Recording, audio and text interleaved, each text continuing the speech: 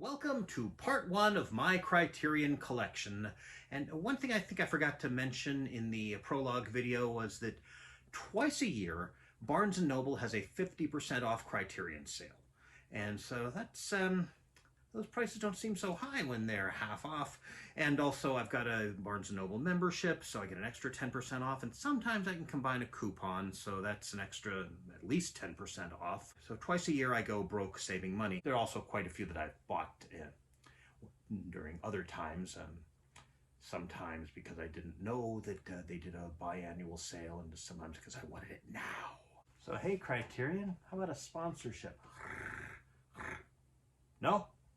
Well, I don't need your sponsorship, because this video is sponsored by Pringles. You don't just eat them, you also stick them up your butt. What do you mean they just canceled? What? Oh, come on, that's entrapment! Well, now that I've established a pattern of butt jokes, I should point out that I will be reviewing them based on the spine number. These are, of course, the order in which Criterion released the different discs, at least for the most part. I'll get to that when I get to that. So, why don't we start with number one, Jean Renoir's Grand Illusion. Because I don't have it and it's out of print. Too bad. It sounds like an interesting film. It was apparently one of the first prison break films. It's set in a German POW camp in World War I. The main characters are French POWs, one of whom is Jewish and treated very sympathetically. It was made 1937, 3 years before World War II, and not surprisingly, the Nazis banned it during the occupation. Bison! But since I don't have that one, I guess we're gonna have to start with number two here. Shichinin Samurai, The Seven Samurai, Kurosawa Akira's possibly most famous film. He did a lot of famous films. I've seen quite a few of them. I've watched the film. I haven't watched this edition or even, to my shame, read the booklet. Apparently, this was initially going to include a documentary on restoring the film, but this Japanese studio, which I believe was Toho? Yep, Toho, nixed it because they didn't really like the idea of people knowing that they'd allowed such a film to fall into disrepair. I'll watch this eventually, and of course, you've probably seen it. If not, it does have Mifune Toshiro's probably most famous performance, at least as far as fans of Saturday Night Live are concerned.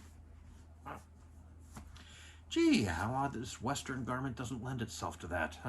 There aren't even any sleeve pockets either. Number 6, La Belle et la Bête. Beauty and the Beast, the Jean Cocteau film from 1946. This is, of course, one of many adaptations of the famous fairy tale. Basically, this is one of the two most famous. The other one, of course, being Disney. It's definitely had an influence on Disney. And the original story just mentioned unseen hands. This had the arms coming out of the wall, which Disney changed to actual anthropomorphic items, which were the prince's servants, cursed as he was. Beautiful, and some very good special effects for the time, or even for now. Actually, it's interesting, it includes the original audio and also an opera version.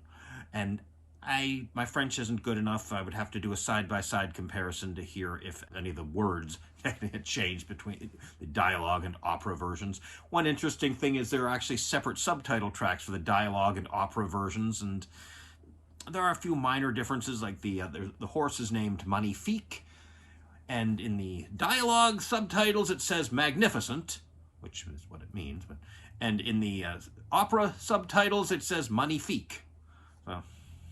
Also, Tony, Some Jerk with a Camera Goldmark, and Kyle, Owen Citizen Colgren did a musical review comparing this film and the Disney one. Link in the description if I can remember.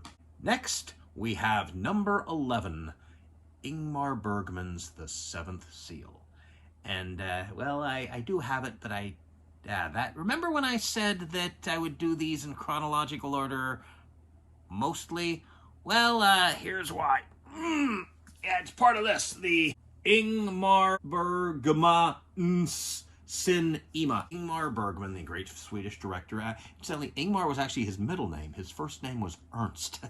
Yeah, if that were my first name, I'd probably go by my middle name, too. Anyway, this is kind of massive. Yeah, This really stretches the definition of booklet. They say it has 39 features, 18 of which have never been released by Criterion before.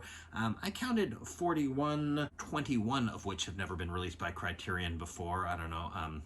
5 were released under Criterion's Eclipse label. That's their bare bones label, and I'll get to that later. Where to begin? Well, one thing is, this contains movies 11, 60, 71, 101, 139, 209, 210, 211, all of which were in box set 208, 229, 237, 262, 263, and 264, all of which were in box set 261, 321, 412, 537, 613, 614, 701, and 961. If you look at the descriptions in the website, it mentions this essay is in the individual release, this is in the box set, and sometimes it's mixed up. All of the essays that were in their booklets are on their website, so I'm not sure how to feel about it. Part of me thinks, hey, it's physical media, I should have a physical essay, and part of me thinks this book's kind of thick as it is.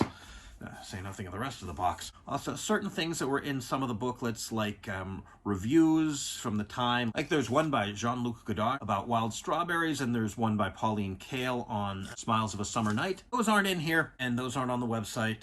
Well, I guess you could probably Google them. Minor thing, and I don't know, a brief look showed that it seems to have most of the extras that are on the individual releases, although I've noticed at least one thing is missing. I don't know, I kind of thought, you know what, if I check everything, I am never going to get this done.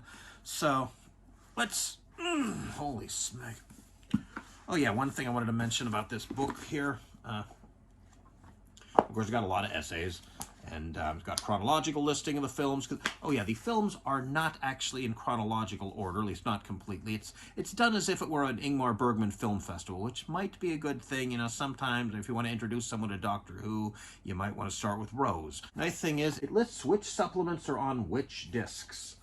Which, oh boy, I'll get to that in the future. I'm not sure how they got the number of films that weren't released by Criterion before. Maybe the 39 versus the 41 I got is because they don't count the extended TV miniseries cuts of Scenes from a Marriage and Fanny and Alexander. Oh yeah, I also did do some checking. There are between 16 and 18 Bergman feature films, and I'm just counting feature films. I'm not counting theatrical shorts or teleplays of an hour or less, but 16 to 18 that aren't on this box set. There's 2 I'm not sure of. 1965's Don Juan was a TV miniseries that came to about 100 minutes total, and I don't think it had any kind of theatrical release. I don't know if that counts. And 1967's Stimulants was an anthology film where different directors each directed a segment. Don't know if that counts either. Oh, additional. Ingmar Bergman's contribution to the 1967 film Stimulants is on here as an extra. So, let's get to what's on these 30 discs here. And here's a quick look at the book itself here. It's of course from the 7th Seal. Not sure what this one's from. The end pieces here. Yeah, we got the discs along with a listing of, well, really just specifications. Sadly, no listing of which extras are on each disc. Not even this one, but also has an alphabetical index of all the films, make it easier to find. So, yeah, it'd be nice if they would also list the extras, but it's not like the booklet doesn't do the same thing. We start with Opening Night, Smiles of a Summer Night, Crisis, A Ship to India, Wild Strawberries, To Joy, Summer Interlude, Summer with Monica, Dreams, and A Lesson in Love. Then we move on to Centerpiece 1. Scenes from a Marriage TV miniseries cut, and then theatrical cut, Saraband. From the Life of the Marionettes, Hour of the Wolf, Shame, The Passion of Anna, Faro Document, or however you pronounce that. It appears to be pronounced something like Faro. Faro Document 1979, Through a Glass Darkly, Winterlight, The Silence, The Virgin Spring. Now we're on Centerpiece 2, starting with The 7th Seal, which at the moment is the only Bergman film I've watched. But I watched it twice, once dubbed, once subtitled, both times in classes. The Devil's Eye. I've got to find the Devil's Eye. Yeah, I just worked a second Disney reference into my Bergman review. How about that, huh? All These Women, Sawdust and Tinsel, The Right, The Magician, not the Bill Bixby series, The Magic Flute. Probably not.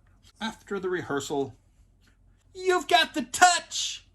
Okay, probably not once again. The Serpent's Egg. And now on to centerpiece 3.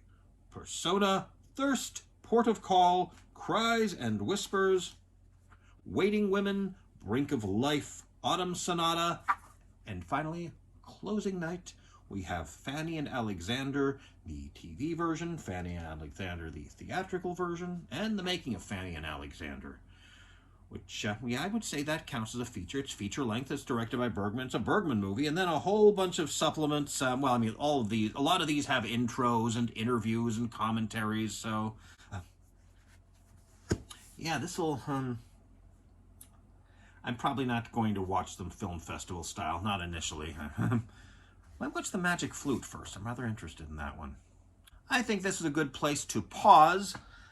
Fortunately, I don't think any of the others will require quite as much research, though there might be more individual babbling. Good thing I haven't seen most of these, or there'd be a lot more babbling, and your battery would probably run down, or my battery would probably run down the middle of it. So, see you in part 2.